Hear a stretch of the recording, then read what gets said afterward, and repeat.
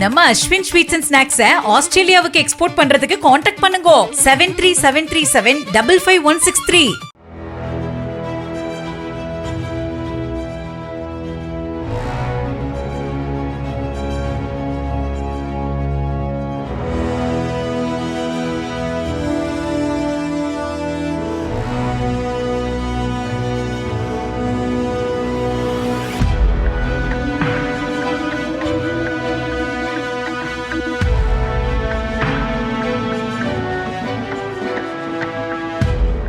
விருதுநகர் மாவட்டம் திருச்சுழி அருகே உள்ள கிராமத்தைச் சேர்ந்த 33 வயது பெண்ணிற்கு திருமணமாகி ஒரு ஆண் மற்றும் பெண் குழந்தை உள்ள நிலையில் கணவன் மனைவி இடையே கருத்து வேறுபாடு ஏற்பட்டுள்ளது.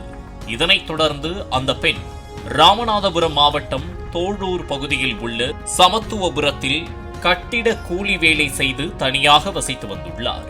இந்நிலையில் அப்பெண் குடியிருக்கும் வீட்டின் அருகே வசித்து வரும் பெண்ணின் மூலம் மதுரை மாவட்டம் மேலூர் அருகே தும்பைப்பட்டி பகுதியில் உள்ள முதியவரை பராமரித்து வருவதற்கு ஆட்கள் தேவை என்ற தகவலை அறிந்துள்ளார்.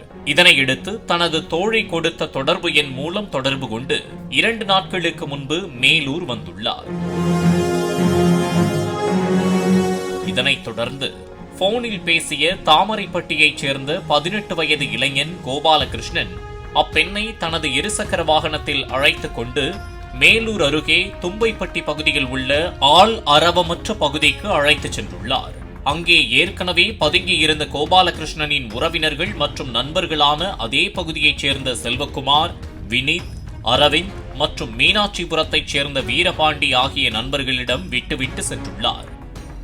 இதனைத் தொடர்ந்து 4 பேரும் முனீஸ்வரியை கூட்டு பாலியல் வன்புணர்வு செய்ததுடன் முனீஸ்வரி அணிந்திருந்த தங்க தாலி செயின், தங்க காயின், வெள்ளி கொலுசு மற்றும் செல்போன் ஆகியவற்றை மிரட்டி பறித்துக் கொண்டு அங்கிருந்து தப்பித்துச் சென்றதாக கூறப்படுகிறது. இதனையடுத்து அங்கிருந்து தப்பித்து வந்த அந்த பெண் அருகில் இருந்த தும்பைப்பட்டியிலிருந்து கைலம்பட்டிக்கு செல்லும் பாதையில் இருந்த பொதுமக்களிடம் நடந்தவற்றை கூறி உதவி கேட்டுள்ளார். தொடர்ந்து அங்கிருந்தவர்கள் உதவியுடன் இதுகுறித்து மேலூர் அனைத்து மகளிர் காவல் நிலையம் சென்று புகார் அளித்துள்ளார்.